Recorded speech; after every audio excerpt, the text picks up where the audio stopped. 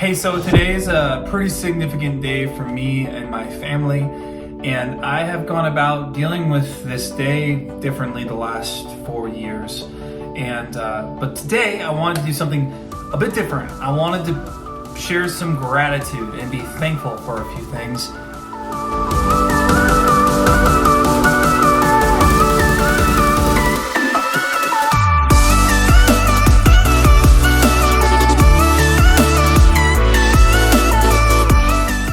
Today marks 4 years since my dad passed away. 2018, my dad went to the ICU. 6 days later, he was gone. And then the 9 months after that, my father-in-law passed away as well. And so within 1 year, Sarah and I lost both our dads. And we went from this place of we felt like we knew what normal was. And then our new normal just felt so foreign, so strange, so chaotic, and it was a pretty crazy season for us, and it's been hard ever since. But I've dealt with my father's passing in different ways, and any of you who've lost anybody, and really this applies to anyone who's experienced any kind of loss, whether it's a loss of a family member or friend, loss of a job, loss of opportunity, loss of any kind of relationship, boyfriend, girlfriend. My heart goes out to you, because when you experience that, you just kind of go, I don't know, I feel like you're a wreck for quite a while. And I really was. And so what I wanted to do was share this year, on the 4-year anniversary of my dad's passing, I wanted to share with my friends, my family, and peers 4 lessons over 4 years that I've gotten the blessing to receive and to learn from my fathers. But lesson number 1 that I feel like I've learned since my dad's died: there are dads everywhere. There are dads everywhere, meaning, my dads are no longer on this earth, and I don't get to ask them for advice. I joke with people all the time, I'm not a fix-it Felix, I'm more of a wreck-it Ralph, and I need help with home projects, which is why I always burden my good friend Joel, or ask for help from my friend Levy. But it's hard, and it's so hard not to have your father there to walk you through things, to get all nerdy. It's when Yoda dies on Luke Skywalker, it's okay, now you just feel like you're on your own. And what I've learned is there are dads everywhere. And there are so many father figures, mentors who've come into my life since my dad's passed.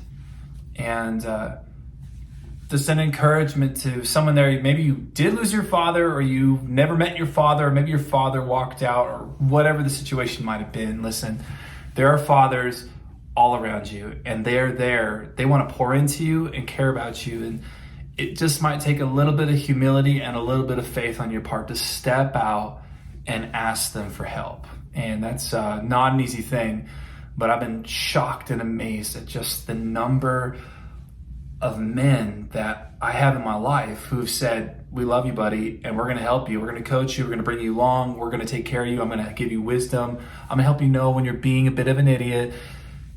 But I've been so blessed, and I've learned that there are dads everywhere. That love leaves the greatest legacy. Money depreciates and changes, and what's valuable in our economy changes constantly, and things are successful, then they are not. There's recessions, and there's big spikes, and there's drops. The one thing that doesn't seem to ever diminish in value is love. And I've learned that from my dad, who loved people so authentically, and though he wasn't perfect, he just loved them well. I have seen the legacy of that love continue on in such a powerful way that, a week doesn't go by where I'm not met by someone who was impacted by my dad in the way that he loved them. And it's powerful. And I feel like, I had a mentor when I just started getting into ministry, who said, "Caleb, people aren't going to remember what you say, for the most part, but they will remember how you loved them or how you didn't love them. And I feel like I've been learning that more and more with my father's out of the pictures. I'm seeing that legacy of love continuing on from my dad, and it's incredible what you can leave behind for your family. And I feel like that's been a really big blessing in my life, and so I want to leave that kind of legacy. Friendship is a superpower. And I say that not to sound cliche, but to be an authentic, loving friend is to impact someone's life for the long term. And as a communicator, I really try to do the best I can when I communicate with people or I put something out there. I want it to be well done, and I hope it could be profound and helpful. But I'm learning that the way I'm a friend to people actually is much more important than just one message that I gave to them in 20, 30 minutes this one day. How I'm a friend Monday through Saturday, I way undervalue that in the level of just impact it can have. And my dad was a friend to all, children, youth, adults. He was just a friend to them all. And I've been learning that it's a superpower. You want to be an agent of good and change in this world, then you need to be a friend. And friendship is also the thing that I really do think it bridges the divide for almost any person in this world. You can bridge the gap through friendship. And I've been learning that. And I think that's why I've gravitated towards Fred Rogers, Mr. Rogers' Neighborhood. If any of you are familiar with him, I've gravitated toward Fred because he reminds me of my dad in a lot of ways. But Fred said this of people, and I just thought this was profound, and I really think my dad lived this out. But Rogers said this: love is at the root of everything, all learning, all parenting, all relationships, love or the lack of it. And I really feel like in my experience, and I don't boast of much experience, I'm only 30, but in ministry, in my family, in life, in hardships, trauma, the wins, the losses, I've been getting to understand and learn that most problems originate, or most problems come out of this issue of love, of either of feeling loved or unloved. And it's a pretty big issue. When you start getting to know people, you realize real quickly people of God have been hurt in significant ways by people that they loved. And people have been blessed in incredible ways by people that they loved. And how love through the bridge of friendship it's incredible how you can build value into someone's life by loving them as their friend. And my dad was really good at that. And I feel like I've been learning that from my father. God is real. Which sounds really silly to say as an aspiring full-time vocational pastor, and I've been in full-time ministry for a while. But I don't think until my father passed, and then when Tim, my father-in-law, passed, did I actually really have to level with God and really start to question God and deal with my faith. When everything fell apart, I was like, what does this really mean to me? And why is this significant in my life? Like, why do I follow God? Why is he important in my life? And I was, during that time, I came to appreciate Jesus in a way I never had before. I began praying more than I ever had in my life. I started entering into accountability more intensely than I had in my life. I just began to really wrestle with God. And quite frankly, I had some pretty R-rated prayers with God because I was pretty hacked off some days.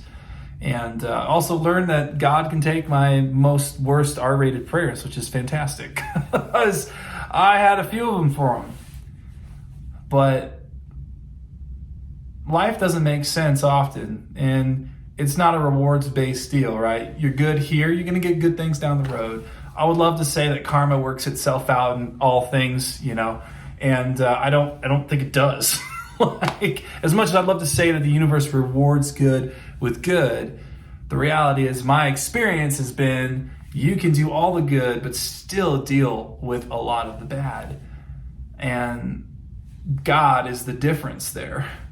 When I expect this, but this happens, how do I rationalize that? How do I work through it? Well, I can't. And then there's God, who gives me peace, who reminds me that I'm loved and that I have a purpose, and that things aren't hopeless. And I realize that in the reality of God's being very real in my life, that He has been the ultimate Father in my life. And to pray to Him like I would talk to my dad has been a pretty big shift in my relationship with Jesus. It's not just this, superpower, ethereal Zeus-like figure that I, go to church and pay homage to. He is as real to me as my father was.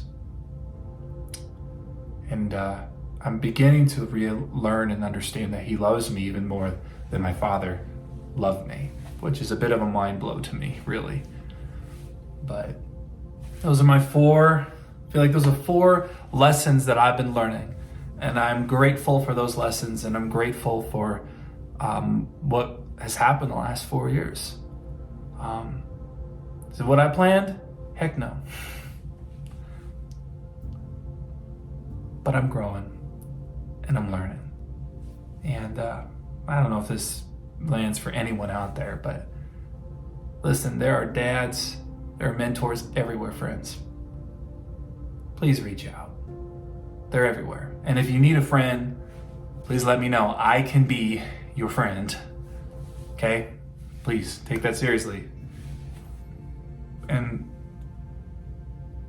just know your love will leave the greatest legacy of anything you leave behind. And quite frankly, at the end of the day, it's the only thing that matters to me. The people who love me the greatest are the ones I aspire to be like, the ones who they're the ones I listen to. They're the ones I look to when things are hard in this world. And then when they're gone, I'm blessed by the life that they lived. And I'm still learning from them, even long after they've passed. And I really hope I can leave my family that gift far down the road, I pray. And the friendship, friends, it's a superpower. You want to change someone's life, be a friend. And don't just be a Facebook friend. Don't just like the comment. Invite them to coffee. Get involved in their life. Love that person. And God is real. He's got a plan that I don't fully understand half the time. Actually, more than half the time. I don't understand it.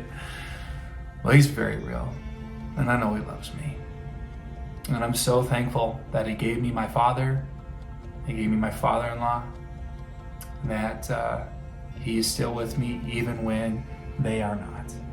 So friends, there is my reflections from 4 years, 4 lessons. And God is working in my life and growing me. And for those of you who are hurting, those of you who are just feeling all the feels of whatever you're going through, my heart goes out to you. And just wants you to know, God loves you. And I don't say that as a cliche exclamation point to an end of a sentence. I really believe that. And if you don't believe it, that's okay. I'll believe it for you. But in the meantime, I hope I can love you like my dad loved people, like I think Jesus loved people. I hope that I can love you in a real way.